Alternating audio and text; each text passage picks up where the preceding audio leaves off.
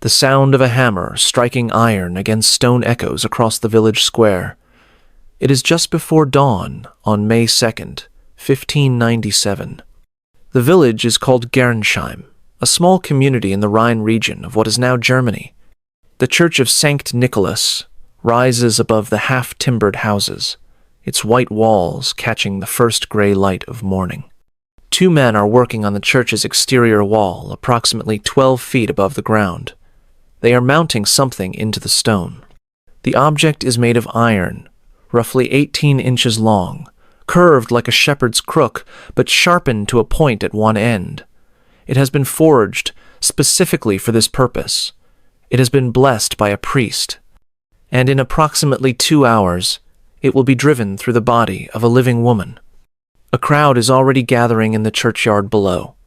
They have been arriving since before midnight, some traveling from villages 10 miles away to witness what is about to happen. Vendors are setting up stalls, selling bread and beer. Children run between the gravestones, playing games while their parents secure positions with clear sightlines to the church wall. The atmosphere is festive, expectant. The execution of a witch is entertainment, and this particular execution promises to be memorable. The woman's name is Anna Schreiberin. She is 34 years old. 4 months ago, she was one of the most respected people in this village, a midwife whose hands had delivered dozens of children safely into the world, a healer whose knowledge of herbs had saved lives that physicians had given up on, a neighbor who could be counted on in crisis. Now she is being dragged through the streets in chains, her body broken by weeks of torture, her white shift stained with blood and filth. The same people whose children she delivered stand watching as she passes. The same families she helped through difficult births throw stones and shout accusations. No one intervenes. No one speaks in her defense. No one will. The guards force her to her knees at the base of the platform that has been constructed beneath the hook. A priest reads the formal sentence, but Anna cannot hear the words. Her ears are ringing. Her vision blurs. The pain from her dislocated shoulders radiates through her entire body with every movement. She looks up at the hook mounted on the church wall, gleaming in the morning light, and understands that what she has already endured was merely preparation. What I am about to tell you is the complete story of Anna Schreiberin, not the sanitized version that appears in academic texts about the witch trials. The complete version, reconstructed from fragments that survived destruction, from a diary discovered in 1893, from archaeological evidence uncovered in the 21st century, from church records that were sealed for 4 centuries and only recently opened. What happened to Anna Schreiberin over the next 72 hours has been hidden from history, deliberately hidden. The church records were sealed because what they documented reflected poorly on the institution. The witness accounts were destroyed because they revealed the complicity of an entire community. The methods used to extract her confession were suppressed because they demonstrated that the conviction was not justice but theater. But fragments survived, in places the authorities never thought to look, in private letters, in a physician's notes about the wounds he observed, in the margins of official documents where a scribe recorded details that were not supposed to be recorded, in mass graves where forensic archaeologists found skeletal evidence that confirmed what the written records tried to deny. If you are drawn to real history, the kind that reveals what human beings are truly capable of when systems permit it, subscribe to this channel right now and hit the notification bell. Comment below telling me where in the world you are watching from. I'm always amazed to see how far these stories reach across the world. To understand why Anna Schreiberin is about to die the slowest death the 16th century could devise, we need to go back 4 months, to the night she saved a life and sealed her own fate. February 2nd, 1597. A night so cold that the Rhine has frozen solid for the first time in 20 years. Snow piles against the doors of houses throughout Gernsheim. Most people are huddled around their fires, waiting for the brutal winter to release its grip. Anna Schreiberin is not most people. She is pulling on her warmest cloak, gathering her bag of supplies, preparing to walk 2 miles through knee-deep snow because a farmer's wife named Marguerite has gone into labor 3 weeks early and the baby is positioned wrong. Anna knows this because the farmer himself appeared at her door 20 minutes ago, breathless and terrified, begging her to come. Anna is 34 years old, widowed for 8 years, childless herself, despite 2 pregnancies that ended in loss. She has been practicing midwifery since she was 19, trained by her mother, who learned from her mother before her. 3 generations of Schreiberin women bringing life into the world. Anna is the last of the line. She knows things that the male physicians do not. She knows that a breech baby can sometimes be turned with the right manipulation. She knows which herbs ease labor pains and which ones can slow bleeding. She knows the signs that indicate a birth is going wrong and the interventions that can save both mother and child. This knowledge has been passed down through women for centuries, refined through practice, tested against the brutal reality of childbirth in an age when 1 in 10 mothers dies delivering. The walk to the farmhouse takes nearly an hour through the snow. By the time Anna arrives, Margaretha has been in labor for 16 hours. The contractions are strong but producing no progress. The baby is breech, feet first instead of head first, and the cord is wrapped around its neck. Without intervention, both mother and child will die. Anna works through the night.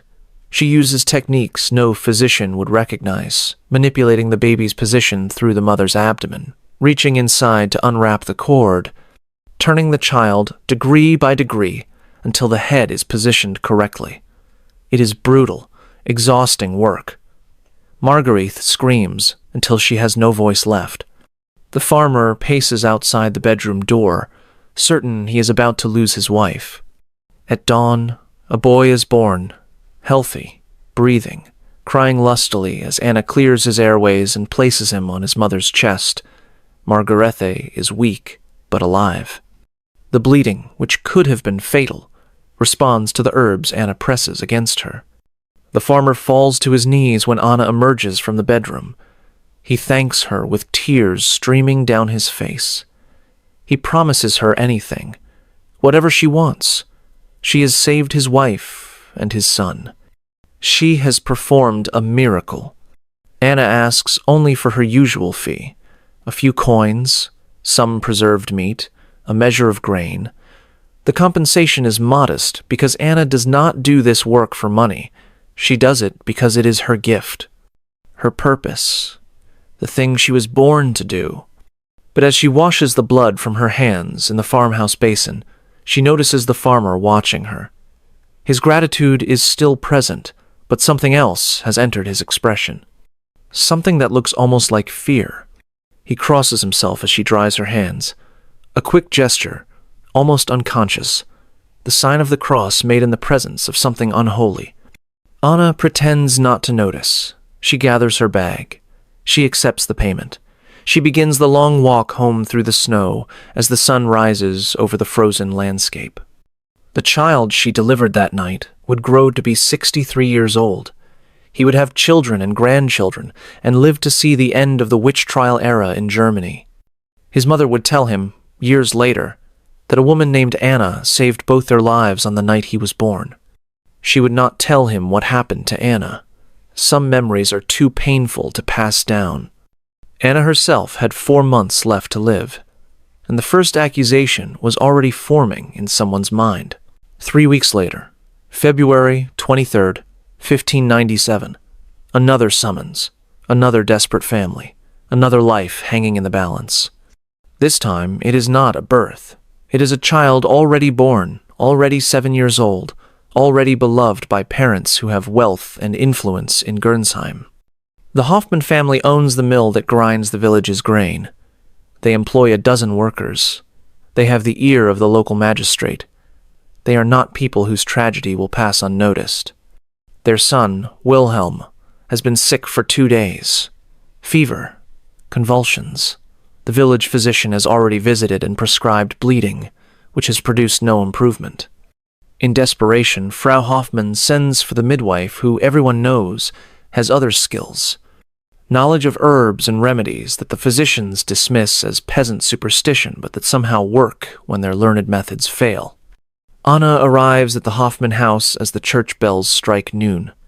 She is led to the child's bedroom by Frau Hoffmann herself, a woman Anna knows only slightly, a woman who has never needed her services because her 2 children were delivered without complication by the physician. Wilhelm lies in a bed, soaked with sweat. His face is flushed. His body trembles with recurring convulsions.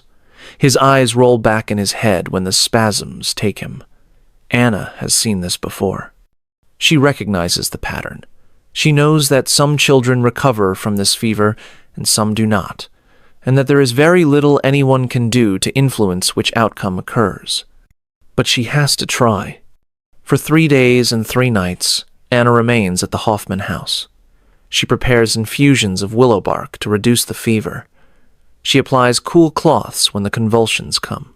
She drips water into Wilhelm's mouth to prevent the dehydration that kills as many as the fever itself. She sleeps in brief intervals on a chair beside his bed, waking whenever his breathing changes, whenever Frau Hoffmann's weeping grows louder. On the 3rd night, Wilhelm stops breathing. Anna tries everything she knows. She pounds on his chest. She breathes into his mouth. She prays aloud to God and all the saints. Nothing works.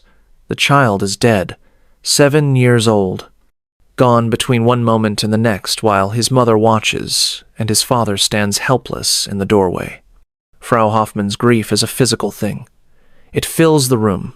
It shakes the walls. She collapses over her son's body and screams until servants come running from throughout the house. Anna steps back, giving the family space, preparing to gather her things and leave them to their mourning. Then Frau Hoffmann looks up, and her expression is not grief alone. There is something else in her eyes, something calculating, something that is already transforming sorrow into blame. What did you give him? The question cuts through the chaos. Anna stops mid-movement. The room goes quiet. I gave him willow bark tea for the fever, cool water, lavender to help him sleep. Frau Hoffmann's eyes narrow. She looks at her husband. She looks back at Anna. The accusation has not yet been spoken, but it is present in the room, a poison spreading through the air. Anna goes home, believing the family will grieve and heal. She does not know that before sunrise, Frau Hoffmann will visit the priest. She does not know that the priest has been waiting for exactly this opportunity. Father Conrad has served the parish of St. Nikolaus for 11 years. He is 42 years old, unmarried as his vows require, and possessed of appetites that his vows do not permit. 2 years before the death of Wilhelm Hoffmann, he made his interest in Anna Schreiberin known. It happened after a late-night summons to administer last rites to a dying parishioner. Anna had been present, tending to the dying man's pain with her herbs, while Father Conrad tended to his soul. They walked back to the village together through the darkness. Father Conrad suggested they stop at the rectory for wine. His hand found her arm. His intentions became clear. Anna refused, politely but firmly. She was a widow, not a woman available for such arrangements. She had her reputation to consider. She had her work. Father Conrad's face transformed in the darkness. The friendly priest became something else. He released her arm and walked away without another word. He had never spoken to her directly since. But he had spoken about her. In confessionals where he guided conversation toward the midwife. In sermons where he warned against the dangers of women who possessed unnatural knowledge. In private conversations with the most influential families, where he planted seeds that would later bear fruit. When Frau Hoffmann arrives at the rectory on the morning of February 24th, her son's body not yet cold, Father Conrad is ready. He has been ready for 2 years. All he needed was an accusation from someone respectable, someone whose grief would be believed, someone whose social position would make her testimony credible. Frau Hoffmann provides everything he requires. Over the following 2 weeks, Father Conrad visits households throughout Gernsheim. He does not accuse directly. He merely asks questions. Has anyone else noticed anything strange about Anna Schreiberin? Has anyone experienced misfortune after encountering her? Has anyone seen her doing anything unusual? The questions are designed to plant suspicions that the priest then harvests as accusations. The baker's wife remembers that she still owes Anna money for a difficult delivery 2 years ago. She has been avoiding Anna in the marketplace, embarrassed by the debt. When Father Conrad suggests that perhaps Anna used witchcraft to ensure the debt would never be repaid, the baker's wife finds this explanation more comfortable than her own guilt. She signs an accusation. The neighbor whose husband watches Anna too closely, whose jealousy has festered for years, signs an accusation claiming she saw Anna talking to a cat in an unnaturally familiar manner. The widow whose sister died in childbirth 10 years ago, a death that was not Anna's fault but that has never been fully processed, signs an accusation claiming that Anna must have caused it through malice. Each accusation feeds the next. Each sign of fear in one household encourages fear in the next. Father Conrad moves through the village like a spider, connecting strands, building a web. What drives the accusations is not simply fear. It is also profit. The laws of the region specify that when a witch is convicted, her property is divided among her accusers and the officials who secured the conviction. Anna owns her house outright. She has savings from years of work. She possesses valuable tools of her trade.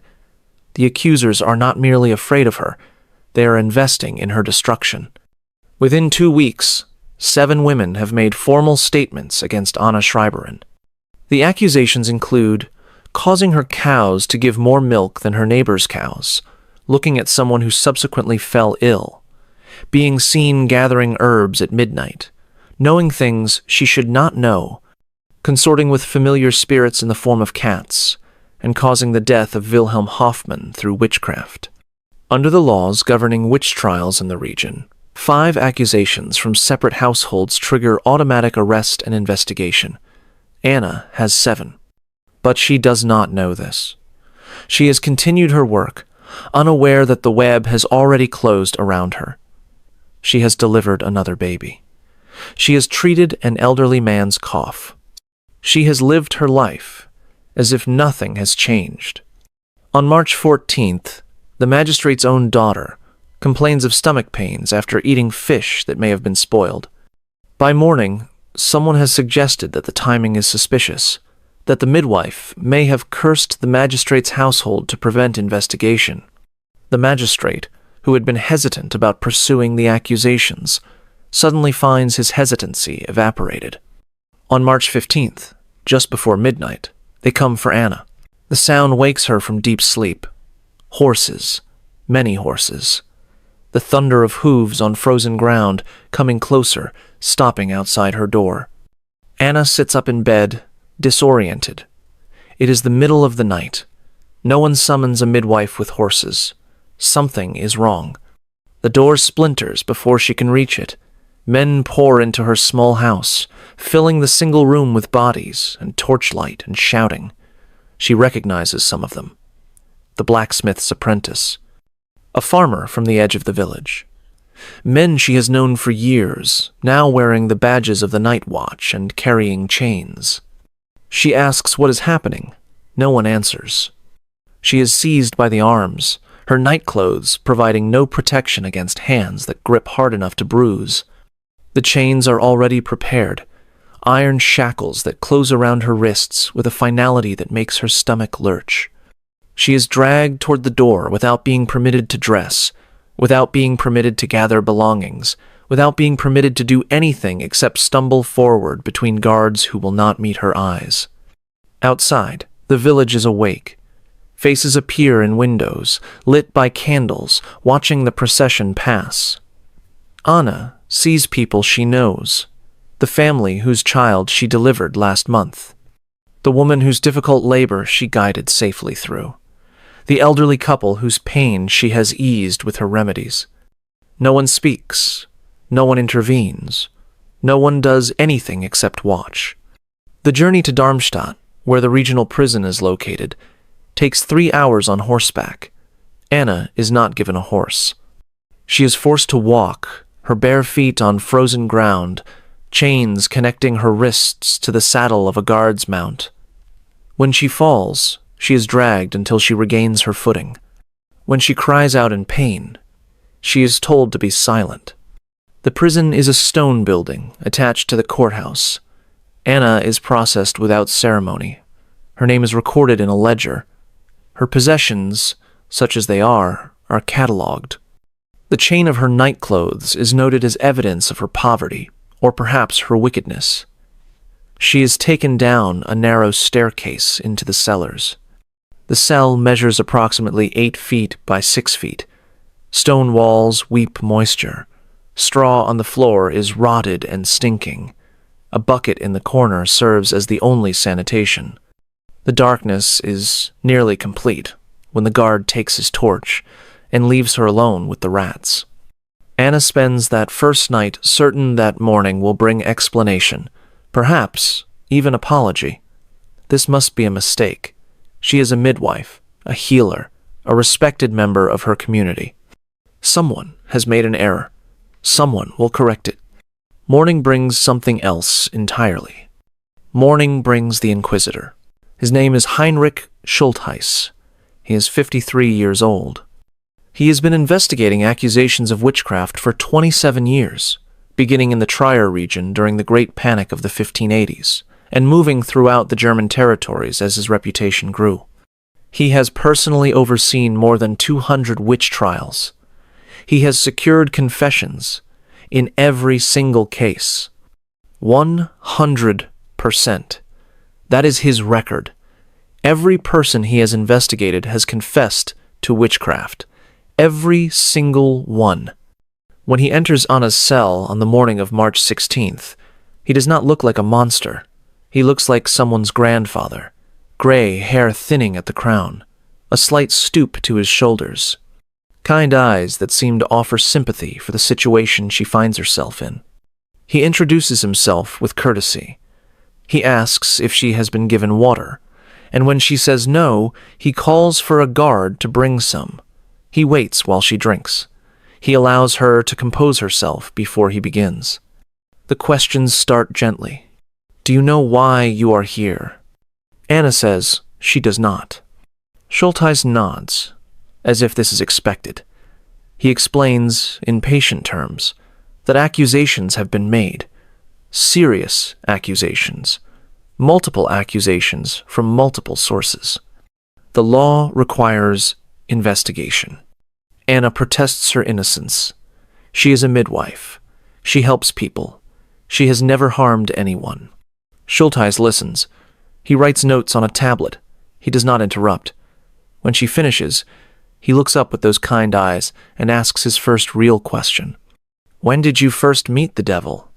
Anna is so shocked, she cannot respond. The question makes no sense. She has never met the devil. She's a Christian woman who attends church and says her prayers and lives according to God's commandments. Schultheis waits for her answer. The silence stretches. I have never met the devil. I am innocent of whatever I am accused of. Schultheis writes something on his tablet. He looks up again. Let me explain how this works, Frau Schreiberin. I have been doing this for a very long time. I have questioned hundreds of women in this cell. Every single one of them began by claiming innocence.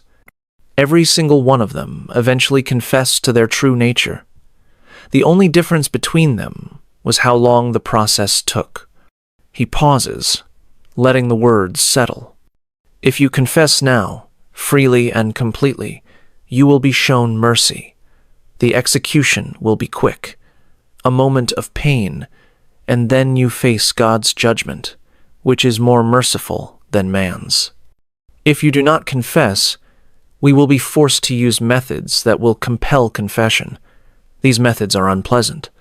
They cause damage that cannot be undone. Many women who experience them wish they had confessed earlier. Anna stares at him. The kind eyes have not changed, but she now sees what lies behind them. Nothing. No compassion, no doubt, no humanity, just procedure, process.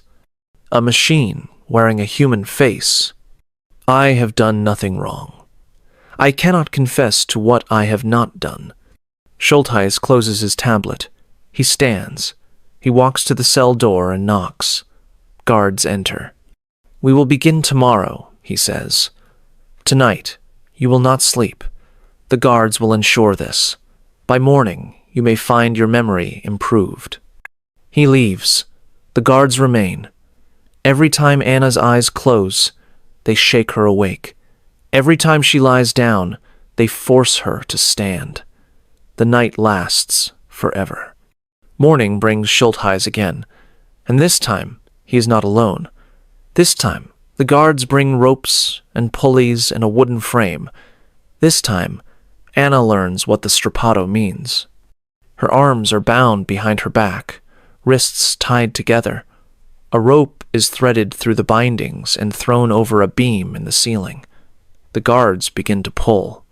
Her arms rise behind her. Her shoulders scream. Her feet lift from the floor.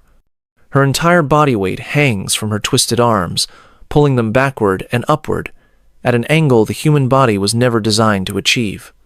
Within the first minute, both shoulders dislocate with audible pops. Her screams fill the cell. They echo through the prison corridors. They carry into the courtyard above where citizens of Darmstadt go about their business, pausing momentarily at the sounds before continuing their days. The first session lasts 4 hours. Anna confesses nothing. She cannot confess because she has nothing to confess. The things they are asking about have never happened. The devil she supposedly met does not exist in her experience. The pact she supposedly made was never made. Anna cannot speak. She can only weep. Schultheis stands. We will continue tomorrow, he says. The first session lasted 4 hours. Anna confessed nothing. Schultheis was not concerned. He had never needed more than 8 sessions. Anna would prove to be different. She would last 11, and her resistance would determine the method of her execution. The days blur together in the cell. Time loses, meaning when you cannot see the sun, when you do not know if it is morning or night, when the only markers are the sessions that tear your body apart and the intervals between them that offer no rest. Sessions 2 through 5 follow a pattern. The strappado first to soften her, then the questions, then other methods when the strappado proves insufficient. The water torture is introduced during session 3. Anna is strapped to an inclined board, her head lower than her feet. A cloth is placed over her face. Water is poured slowly, continuously, saturating the cloth, filling her nose and mouth with the sensation of drowning, while preventing actual drowning. The terror is indescribable. The body believes it is dying. The mind follows. The boots are introduced during session 5, wooden frames that encase her legs from knee to ankle, wedges driven between the frames and her flesh, pressing inward with each strike of the hammer. The bones do not break, not quite, but the pain suggests they have. Between sessions, she is not permitted to sleep. Guards wake her whenever her eyes close. She is given minimal food, minimal water. The disorientation compounds with each passing day. She loses track of how long she has been imprisoned. She loses track of what she has said and what she has not said. Schultheis employs psychological techniques alongside the physical. He tells her that her neighbors have already confessed. He claims they have named her specifically as the leader of a witches' coven. He reads statements that may be real or may be fabricated, statements from people she has known all her life, describing gatherings that never occurred, rituals that were never performed. Some of what he tells her is true, some is lies. She cannot tell which. She no longer trusts her own perception.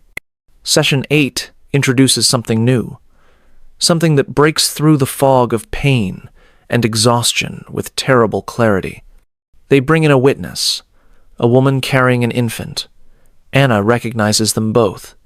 It is Margarethe, the farmer's wife, and the baby boy Anna delivered 4 months ago. The child she saved on that freezing February night. Margarethe will not look at Anna directly. She stares at the floor while she speaks her testimony. The words are rehearsed, mechanical, clearly coached. The midwife cursed my child while he was still in my womb. She put her hands inside me and whispered words I could not understand. My son has been sickly since birth. The curse is upon him. The baby in her arms looks healthy, thriving. Nothing like the cursed child Margarethe describes, but the testimony is being recorded. The testimony will be used. Schultheis dismisses the witness. He turns to Anna. "You see how it is," he says. "Even those you helped have turned against you. There is no one who will speak for you. There is no one who believes your innocence. You are alone." Anna looks at the door through which Margarethe has just exited. The woman whose life she saved. The baby she delivered through skill and determination. Both of them now weapons to be used against her. Something inside Anna breaks. Not her will to live. Something else. Her belief that the truth matters. Her faith that innocence protects. Session 11. She confesses. Schultheis guides her through it. He asks leading questions that contain their own answers. She agrees to whatever he suggests. Yes, she met the devil. Yes, he appeared as a handsome man at a crossroads.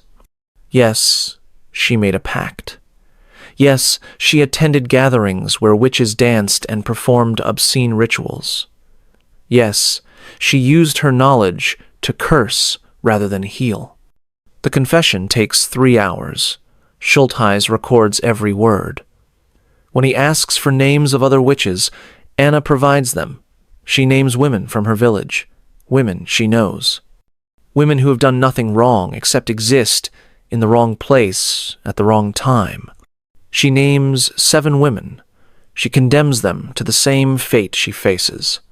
She does this because she cannot endure anymore, because her body has been destroyed, because her mind has been broken, because she would say anything, name anyone, to make the pain stop. When the confession is complete, Schultheis thanks her for her honesty. He tells her she has done the right thing. He tells her God will show mercy. The torture stops. She is given food, water, a blanket. She is allowed to sleep for the first time in what she thinks might be weeks. And as she lies in the darkness, the horror of what she has done overwhelms her.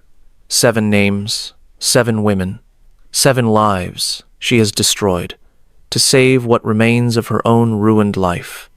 The relief of confession lasts approximately 2 hours.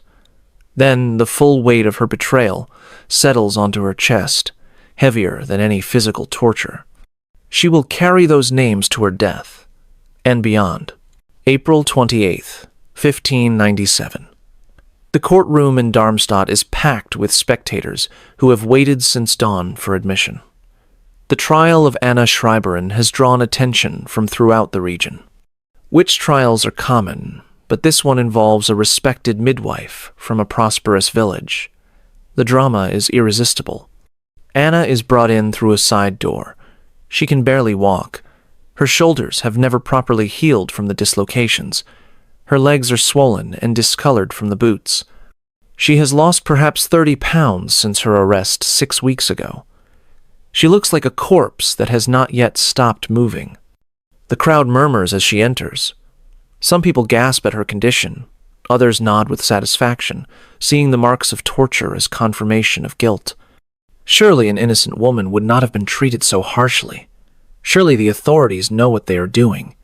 The evidence is presented first. The 7 original accusations from women in Gernsheim. The testimony of Frau Hoffmann regarding the death of her son. The statement from Margarethe and other women Anna delivered. The expert analysis from Schultheis regarding the signs of witchcraft he observed during interrogation. Then comes the confession. A clerk reads it aloud in its entirety. The words Anna spoke under torture, now presented as voluntary admission. The details about meeting the devil, the description of the pact, the account of witch gatherings, the names of other accused. Anna listens to her own voice coming from the clerk's mouth. The words are hers, but not hers. They describe events that never happened, beliefs she never held, crimes she never committed. The confession is a fiction created under agony, and now it is being presented as truth. When the reading is complete, the judges ask if she has anything to say. Anna stands. The effort nearly collapses her. She grips the rail in front of her with hands that tremble uncontrollably. I recant my confession. The courtroom falls silent. Everything I confessed was false. I confessed because I could not endure more torture. I named innocent women because I was told to name someone. I have never met the devil. I have never attended any gathering of witches. I have never harmed anyone through witchcraft or any other means. I am innocent. The silence stretches for several seconds. Then the chief judge responds. Recantation of a confession obtained through proper judicial process is itself evidence of demonic influence. The devil is working through you even now, trying to save his servant from justice. Your recantation is noted and will be added to the evidence of your guilt. Anna sways. She understands now that there is no escape. The system is designed so that confession condemns, and denial of confession also condemns.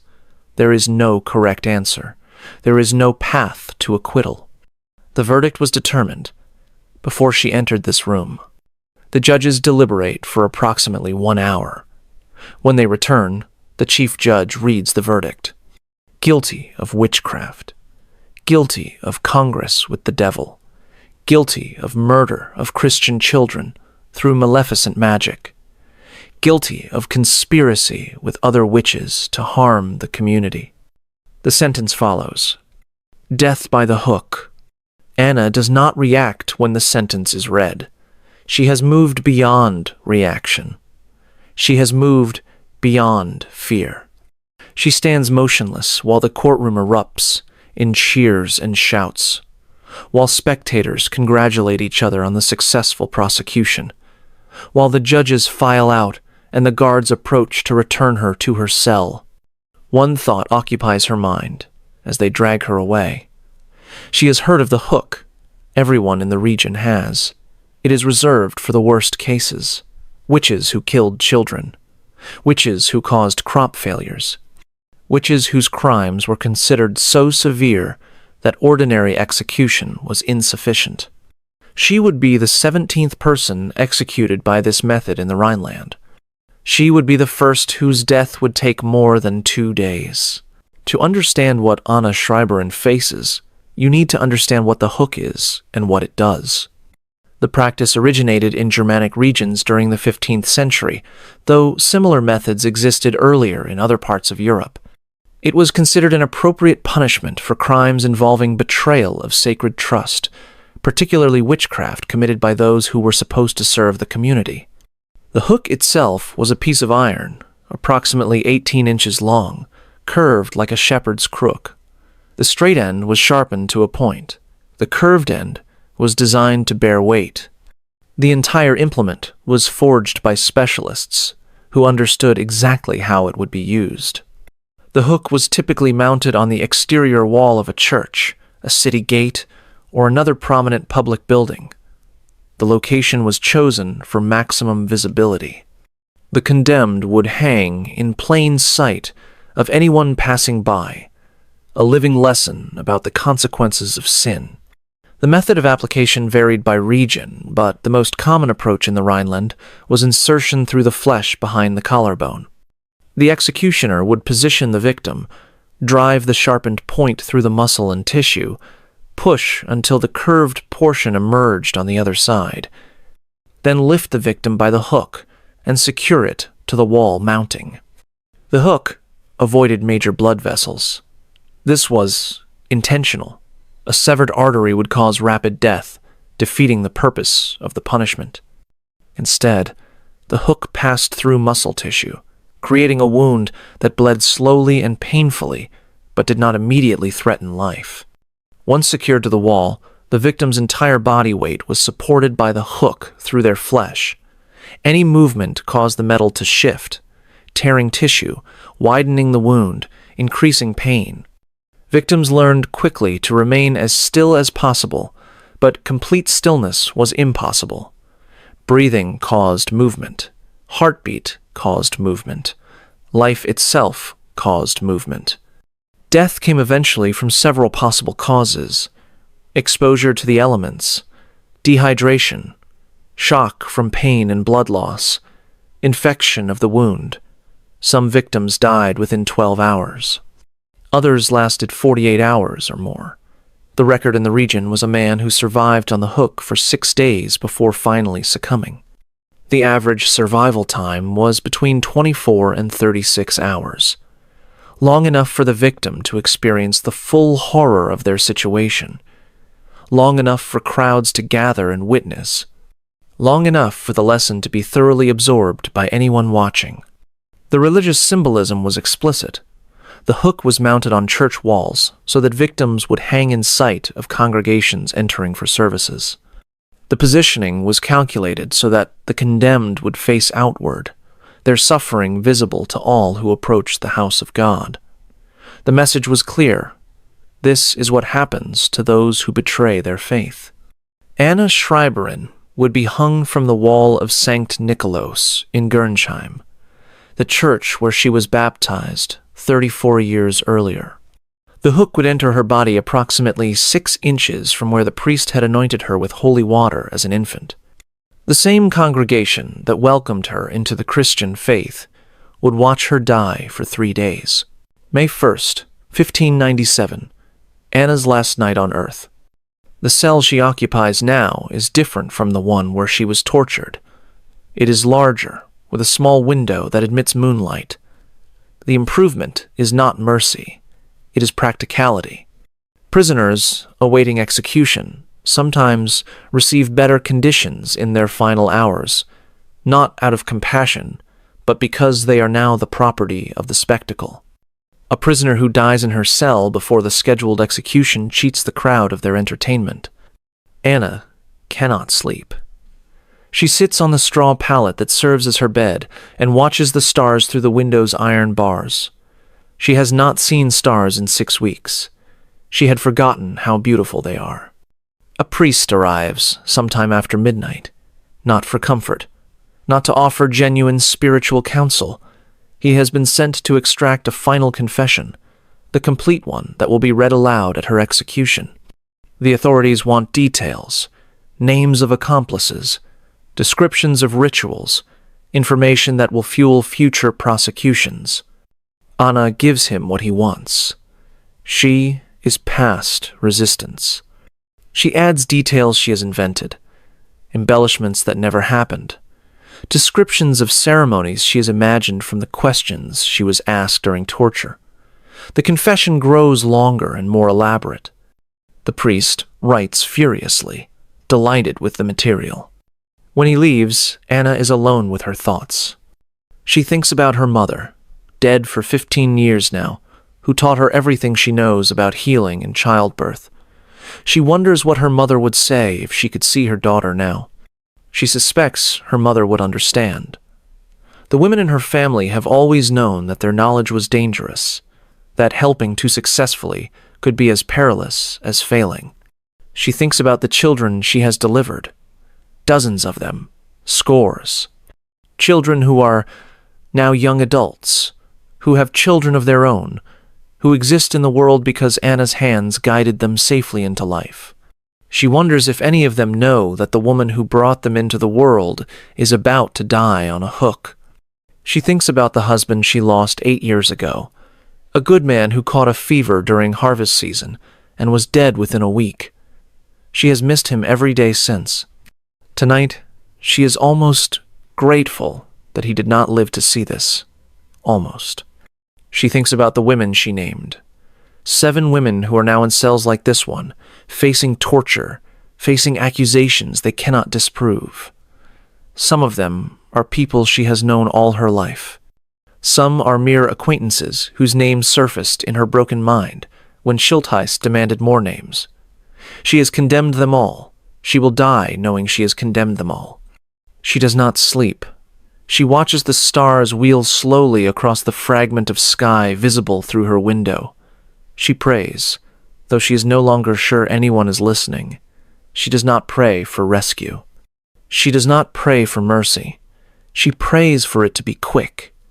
The dawn comes eventually. It always does. The cell door opens. Guards enter. Behind them stands Father Conrad, the priest who set this entire machinery in motion, wearing the satisfied expression of a man whose patience has been rewarded. "It is time," he says. Anna stands without assistance. She will not give them the satisfaction of dragging her. Not yet. She will walk out of this cell on her own feet. The guards are surprised by her steadiness. They expected weeping. They expected pleading. They got a woman who has passed beyond such things into a strange calm that they cannot understand. Her last words, recorded by the priest who accompanied her, were spoken as she stepped through the cell door into the corridor that would lead to her death. "I go to God, who knows I am innocent." The walk from the prison to the church was approximately 400 steps. Anna counted every one. When she reached 300, she could see the hook. It had been polished until it gleamed in the morning Sunday. The route from the courthouse in Darmstadt to the village of Gernsheim is 12 miles. Normally, this distance would be covered in 3 or 4 hours by wagon. For Anna Schreiberen's final journey, it takes 7 hours. This is by design. The procession moves slowly so that crowds can gather along the route. Riders have been sent ahead to announce the timing. Villagers from communities along the way line the road, waiting to witness the condemned witch pass by. The journey itself is part of the punishment, a prolonged display that extends the spectacle beyond the execution itself.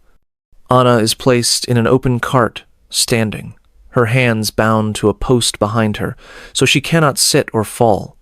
She is dressed in a plain white shift, the garment of the condemned.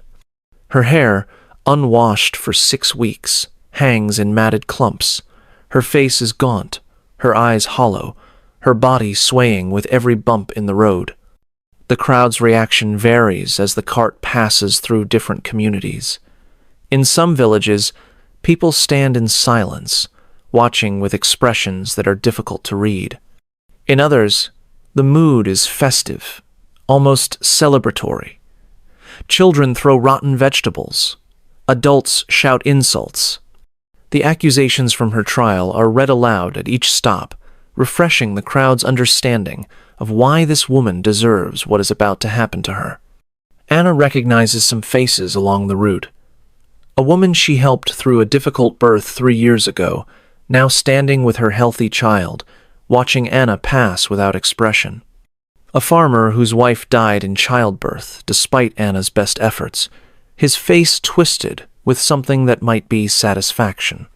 People she has known, people she has helped, people she has never seen before, all watching, all participating simply by being present. The cart enters Gernsheim in late morning. The entire village has turned out.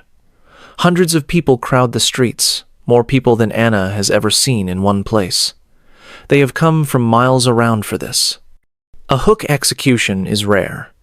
A hook execution of someone they know is unprecedented.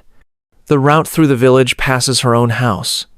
Anna sees the doors standing open, her belongings being carried out by strangers, her furniture, her herbs, her tools. Everything she owned is being divided among her accusers before she is even dead. The legal process of condemnation includes immediate transfer of property to those who brought the accusations. She sees Frau Hoffmann standing at the front of the crowd, watching with an expression of grim satisfaction. The woman whose son Anna could not save. The woman whose grief transformed into accusation. The woman who will receive Anna's house as compensation for her loss. She sees the baker's wife, who owed Anna money and now owes nothing because you cannot owe a debt to a convicted witch. She sees the neighbor whose jealousy poisoned her mind. She sees the women she delivered, the children she saved, the families she helped through crisis after crisis. No one speaks in her defense. No one calls out that this is wrong. No one does anything except watch. The cart turns the final corner, and the church comes into view. Sankt Nikolaus. The white walls bright in the midday Sunday, the steeple rising toward heaven. And there, mounted on the wall at the height of perhaps 12 feet, the hook. It catches the light and gleams. The cart stops at the base of a wooden platform that has been constructed overnight. The platform rises 8 feet off the ground, providing the executioner working space while ensuring the crowd has an unobstructed view. Guards drag Anna from the cart. Her legs nearly buckle, but she forces them to hold her weight. She will not collapse. Not yet. The priest begins reading the formal sentence. Anna does not hear the words. Her eyes are fixed on the hook above her, on the iron that will enter her body, on the wall she will hang from until she dies. The executioner waits at the top of the platform. He has performed this execution 4 times before. He knows exactly how to position the hook for maximum survival time. The longer she lives, the more effective the lesson. The body's response to the hook is immediate and comprehensive. Anna's muscles spasm involuntarily, trying to find a position that reduces the pressure on the wound. There is no such position. Every movement causes the hook to shift, tearing additional tissue, widening the channel it has created through her body. The pain intensifies with each attempt to escape it. She tries to reach for the wall behind her, thinking perhaps she can push against it, relieve some of the weight. Her arms will not obey her. The damage from weeks of torture has left them nearly useless. She succeeds only in swinging slightly on the hook, a movement that produces fresh agony and draws murmurs from the crowd below. The bleeding is steady, but not catastrophic. The executioner positioned the hook correctly, avoiding the major vessels that would have caused rapid death. Instead, Anna bleeds slowly, the blood running down her body, soaking her shift, dripping from her bare feet onto the platform below. The crowd watches with the attention of people observing a complicated performance. Some commentary is audible from Anna's position on the wall, speculation about how long she will last, observations about her behavior, comparisons to other hook executions that older spectators remember. Children are present. Their parents have brought them specifically to witness what happens to witches. The lesson is being passed to the next generation. The fear is being cultivated in young minds. By midday, the initial screaming has subsided into something quieter. Anna's voice is destroyed. She can manage only whimpers now, sounds that escape her with each breath, continuous background noise to her suffering. The sun reaches its peak and begins to descend. The afternoon brings heat that the spring morning had not promised. Anna's throat burns with thirst. Her lips crack. Her tongue swells in her mouth. A child in the crowd asks if someone will give the witch water. The child's mother shushes her. Offering comfort to the condemned would be interfering with God's judgment. The child does not ask again. As evening approaches, some of the crowd disperses. They have seen enough. They have other obligations. They will return tomorrow. But a core group remains, settling in for the night with blankets and provisions, determined to witness the complete spectacle. Torches are lit as darkness falls. The flames cast dancing shadows across Anna's suspended body. She has stopped making sounds now. Her eyes are closed. For a moment, some watchers think she has died already, surprisingly quickly.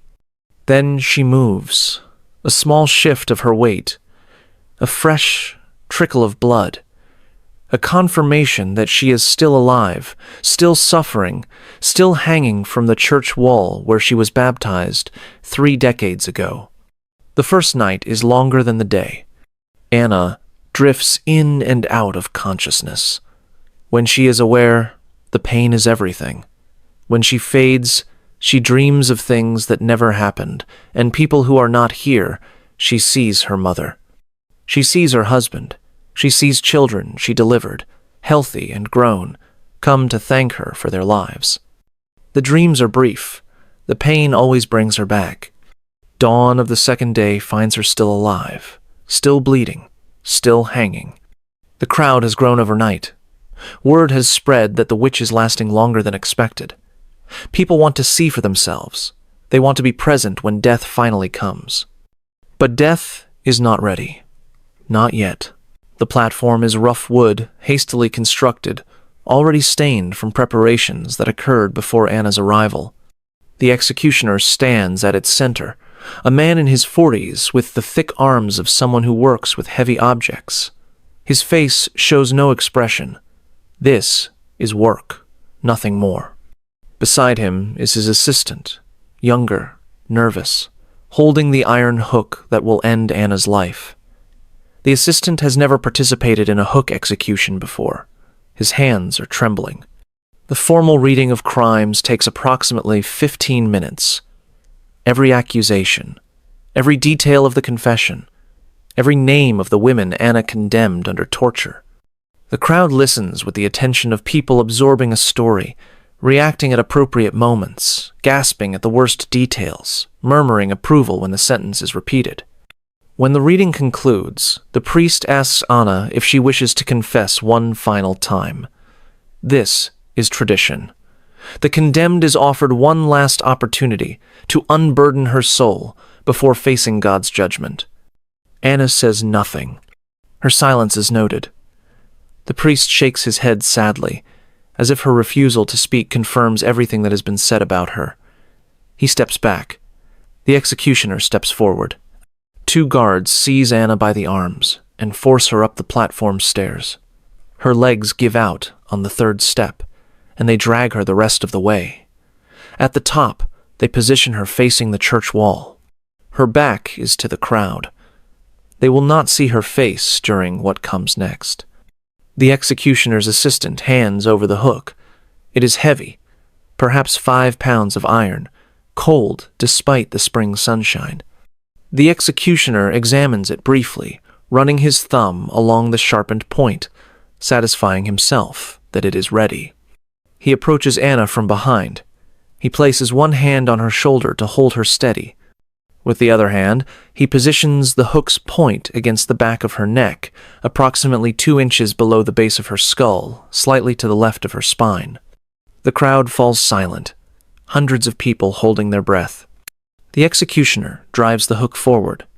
The point enters Anna's body with a sound like a blade cutting through meat.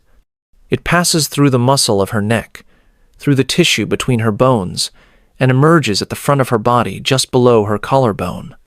Blood begins flowing immediately, running down the white shift, staining the platform beneath her feet. Anna's scream is unlike anything the crowd has heard before. It is not the scream of someone in pain. It is the scream of someone experiencing the transformation from person to object, from living being to example. The executioner works quickly now. He grasps the curved end of the hook where it emerges from Anna's chest and uses it as a handle to lift her entire body. She is light after weeks of near starvation. He raises her until her feet leave the platform, carries her the few steps to the wall, and fits the hook's curved end into the iron bracket that has been mounted there. He releases his grip. Anna's full weight settles onto the hook. The iron, passing through her flesh, becomes her only support. Every pound of her body pulls downward on the metal embedded in her neck and chest. The scream changes. It becomes something rhythmic, a cry that pulses with her heartbeat, that rises and falls with her breathing, that continues without pause, because the pain does not pause, will never pause, will continue until her body finally surrenders. The executioner descends from the platform. His work is complete. The crowd remains, watching, as the first hour of Anna's death begins. The sun rises on May 3rd, 1597, and Anna Schreiberin is still alive. This is unusual. Most hook victims succumb during the first night. The combination of blood loss, shock, and exposure typically proves fatal within 20 hours. Anna has been hanging for approximately 20 hours. She shows no sign of imminent death. The crowd that gathers on the second morning is larger than the first day's. word has spread throughout the region. A witch who survives the hook for more than a day is a spectacle worth traveling to see. Some people have come from villages 20 miles away. Anna is no longer recognizable as the woman she was. Her face is swollen, distorted by gravity, pulling blood and fluid downward. Her arms hang limp at her sides. Her white shift is brown with dried blood. Flies have discovered her, clustering at her wounds, crawling across her face. She is not unconscious, but she is not fully aware either. Fever has set in overnight. The wound is already showing signs of infection. Her body temperature is climbing. Her thoughts have become disconnected, fragmented, separated from reality. She sees things that are not there. She speaks to people who are not present. She calls out names, some of which the crowd recognizes as people from the village, some of which mean nothing to anyone listening. The watchers interpret these utterances as evidence of her demonic connections. She is speaking to her master, they say. The devil is coming for her. The Hoffman family arrives around midday, the couple whose son died and whose accusation began everything. They position themselves at the front of the crowd, directly in Anna's sightline, though she no longer seems capable of seeing anything clearly. Frau Hoffman watches with an expression that might be satisfaction, or might be something else, something that will emerge years later as something very different.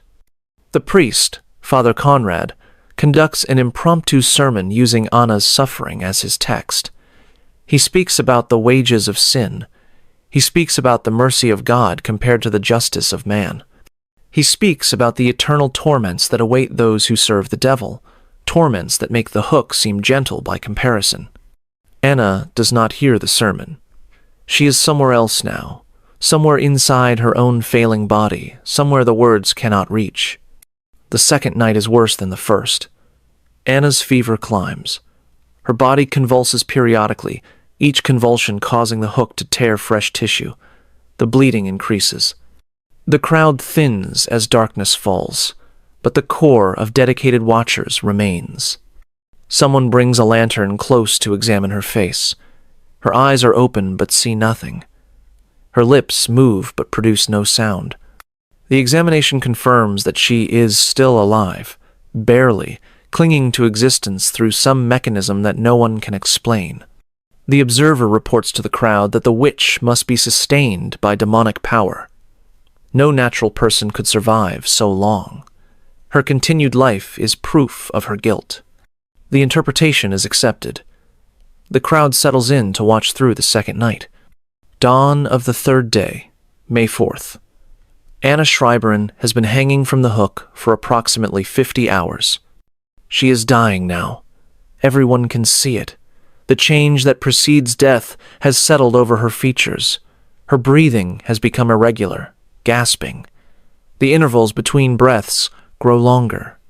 The priest is summoned to perform last rites. He climbs a ladder to reach her, pressing his face close to hers, speaking the Latin words that are supposed to ease the passage from this world to the next. Anna does not respond. She is beyond response. At approximately 2 hours past noon on May 4th, 1597, Anna Schreiberin stops breathing. The crowd waits, uncertain. Death on the hook is not always obvious. Sometimes there are final movements, reflexive gasps, twitches that suggest continued life. They watch for several minutes before the executioner climbs his ladder to confirm. He checks for pulse. He holds a mirror to her nose and mouth. He announces to the crowd below that the witch is dead. A cheer rises from hundreds of throats. The execution is complete. Justice has been served. God's will has been done. Anna Schreiberin died on the third day, approximately 70 hours after the hook was inserted. Her body hung from the church wall for another full day, as required by law, before being taken down and disposed of. She was not the last. In the 3 years following her execution, 23 more women would be convicted in Gernsheim alone. 7 of them were women Anna had named under torture. The hook would be used twice more before the magistrate decided it attracted too much negative attention from neighboring territories. Future witches would be executed by simpler methods: burning, drowning. The sword. The iron hook that killed Anna Schreiberin was removed from the church wall in 1623. Its subsequent locatio, Anna's body was taken down from the wall on May 5, 1597, approximately 30 hours after her death. The task fell to the same men who had mounted the hook 3 days earlier. They worked quickly, wanting to complete the unpleasant job and move on to other things. The body was not given burial in the churchyard. Convicted witches were denied consecrated ground. Instead, Anna's remains were transported to a field outside the village, a location used for disposing of criminals, suicides, and others deemed unworthy of proper burial. She was placed in a shallow grave without ceremony, without marker, without any acknowledgement that a human being had been deposited there. Her property was divided as the law required. Frau Hoffmann received the house as the primary accuser.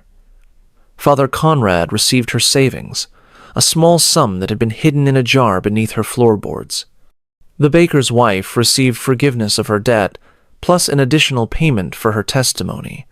The other accusers received smaller shares, according to their contributions to the case. The 7 women Anna named under torture faced their own proceedings. The first to be arrested was a widow named Katharina, age 51, who had been Anna's friend for 2 decades. Under torture, Katharina confessed to everything she was accused of and named 4 additional women. She was executed by burning in June 1597. The second was a midwife named Elizabeth, age 43, who had trained alongside Anna and practiced in a neighboring village. Elizabeth resisted torture longer than Anna had, lasting 14 sessions before breaking. She was executed by drowning in August 1597. 2 others died in prison before their trials could be completed. 1 from injuries sustained during torture. 1 from an illness that swept through the cells in autumn of that year. The remaining 3 were held for varying periods before eventually being released. The witch panic that had gripped the region began to subside in 1599, not because people stopped believing in witches, but because the accusations had begun reaching into families with political connections. When the magistrate's sister was accused, suddenly the standards of evidence became more demanding. Cases were dismissed. Prisoners were freed. The machinery ground to a halt. But for Anna and the others who died before that shift occurred, the changed standards came too late. Father Conrad was transferred to another parish in 1603. The official reason was administrative reorganization. The unofficial reason was that too many questions were being asked about his role in initiating witch accusations. He died in 1612 of a disease, contracted through activities that his vows prohibited. His death was noted in parish records without elaboration. Frau Hoffmann lived in Anna's house for 7 years before selling it and moving away. Her husband had left her in 1601, unable to continue living with a woman whose grief had transformed into something that disturbed him. She died in poverty in a village 30 miles from Gernsheim, having outlived all her children. Her final years were marked by what witnesses described as profound melancholy and frequent tears. Heinrich Schultheis, the inquisitor who extracted Anna's confession, continued his work for another decade. He oversaw perhaps 50 more witch trials before being dismissed from his position in 1608. The dismissal was officially for financial irregularities, accusations that he had been enriching himself beyond his legal share of confiscated property. He died in 1614, unpunished by earthly authorities, convinced to the end that his work had been righteous. The child Anna delivered on that freezing February night in 1597, the boy whose birth had seemed like such a triumph, grew to adulthood, never knowing who had brought him into the world. His mother never told him. The knowledge was too painful, too complicated, too bound up with events she could not explain. He lived to be 63 years old. He had children and grandchildren, He died in 1660, having outlived the witch trial era entirely.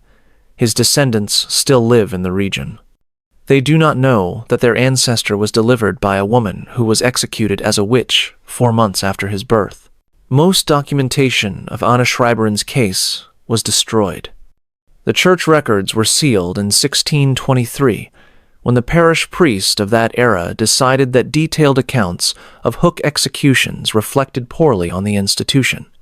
The court records were lost during the 30 Years' War when armies swept through the region, burning and looting indiscriminately.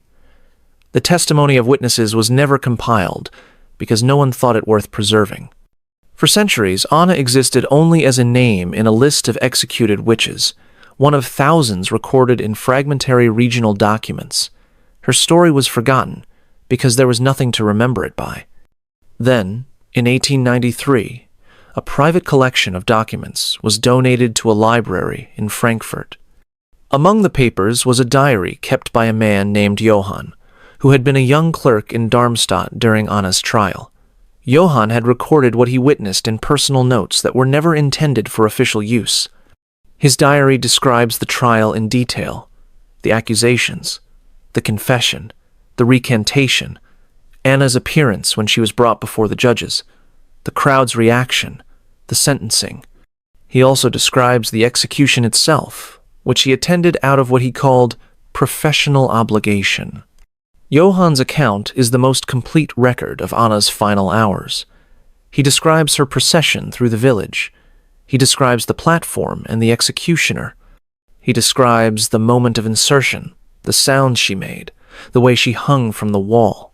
He describes returning on the 2nd and 3rd days to observe her continued survival. His final entry about Anna is dated May 4th, 1597. The witch Schreiberen died today at approximately 2 hours past noon. She lasted longer than any previous hook execution in my memory. The crowd interpreted this as evidence of demonic power sustaining her. I do not know what to believe. I only know that I watched a woman die over 3 days, and that the sounds she made will stay with me for the remainder of my life. I do not think I will attend another hook execution. Once is sufficient to understand what men are capable of doing to women when the law permits it. Johann lived until 1631. His diary passed through several hands before ending up in the collection that was donated to the Frankfurt Library. It is now preserved in climate-controlled storage, available to researchers who obtain special permission. In addition to written records, there is archaeological evidence. Mass graves outside German villages have been excavated since the 1970s.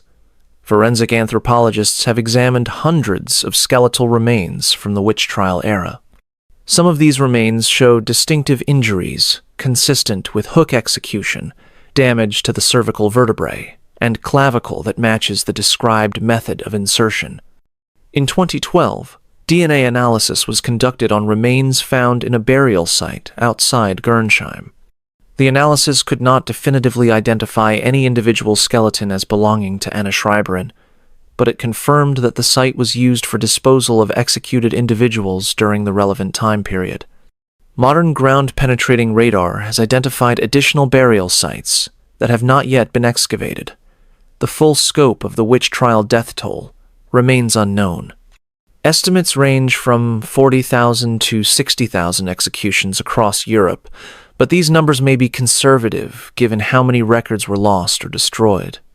In 2019, the German state officially rehabilitated Anna Schreiberen and hundreds of other witch trial victims. The rehabilitation was symbolic, an acknowledgement that the convictions had been unjust, that the methods had been torture, that the deaths had been murder conducted under color of law. A small plaque now marks the wall of St. Nikolaus in Gernsheim. The plaque is approximately 12 inches square, mounted at eye level, easily overlooked by visitors who do not know what they are looking at. The text reads, "On this site, in May 1597, Anna Schreiberen was executed by order of the regional court. She was one of an estimated 25,000 people executed for witchcraft in German territories between 1,500 and 1,000, 700. This plaque is placed in her memory, and in memory of all who suffered during this period of injustice. Most tourists walk past without reading it, but the wall remembers. Anna Schreiberin was not special. She was not unique. She was not martyred for any cause or remembered for any accomplishment. She was simply a woman with useful skills who lived in the wrong time and the wrong place and attracted the wrong kind of attention. She was one of an estimated 50,000 people executed for witchcraft across Europe during the early modern period. 80% of those executed were women. The peak period of executions occurred between 1580 and 1630, the decades during which Anna lived and died. The patterns that emerge from studying these cases are consistent across regions and centuries.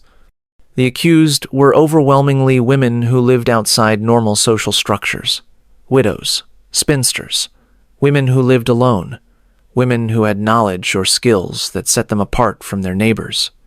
Women who were too independent, too successful, too visible. Midwives were disproportionately represented among the accused. Their knowledge of childbirth gave them access to the most vulnerable moments in families' lives. When births went wrong, as births sometimes did despite everyone's best efforts, midwives were convenient targets for grief that needed somewhere to go. The economic incentives embedded in witch trial systems guaranteed escalation. Accusers received shares of condemned property. Officials received fees for prosecutions. The machinery of accusation paid for itself and generated profit besides. Once the system began operating, it tended to expand until it threatened people with enough power to shut it down. The communities where witch trials occurred were not aberrations. They were ordinary places inhabited by ordinary people. The accusers were not monsters. They were neighbors, friends, family members who convinced themselves that what they were doing was righteous. The crowds that watched executions were not uniquely bloodthirsty. They were parents who brought their children to learn a moral lesson. The system worked because everyone participated.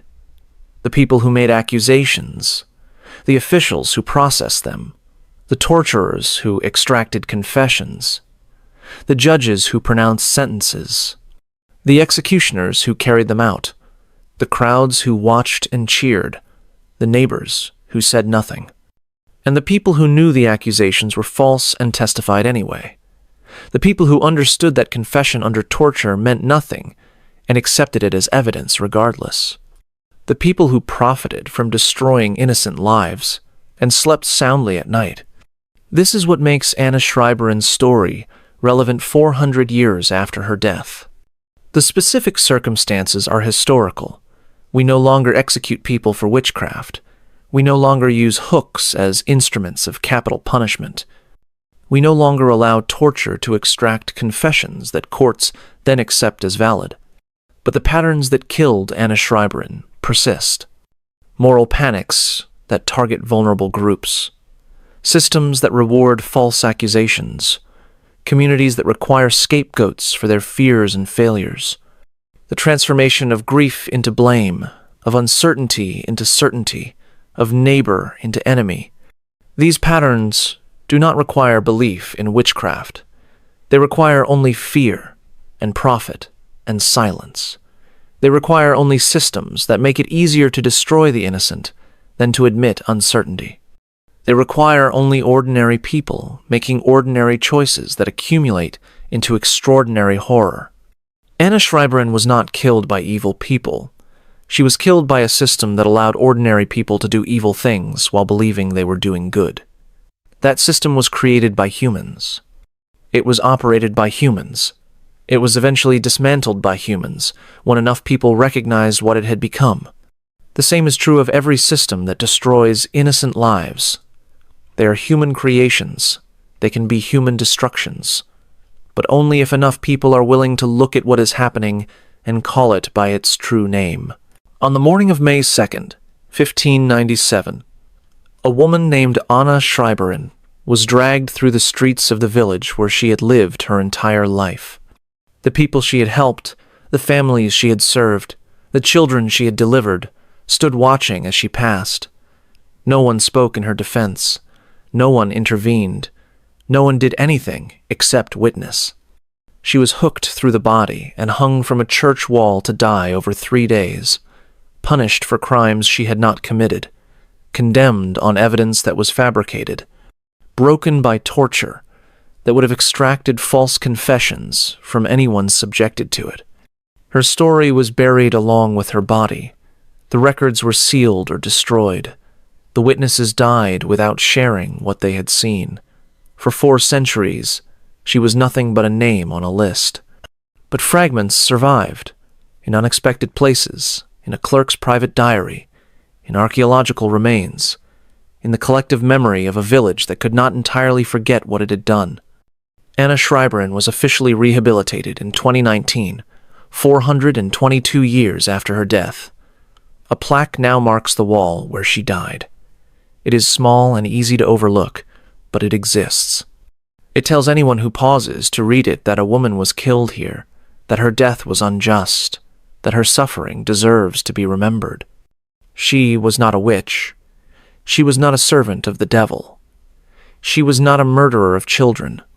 She was a midwife, a healer, a neighbor, a woman whose hands had brought life into the world dozens of times, a woman whose knowledge had saved lives that physicians had given up on, a woman whose only crime was being skilled, being female, and being in the wrong place when fear became profitable.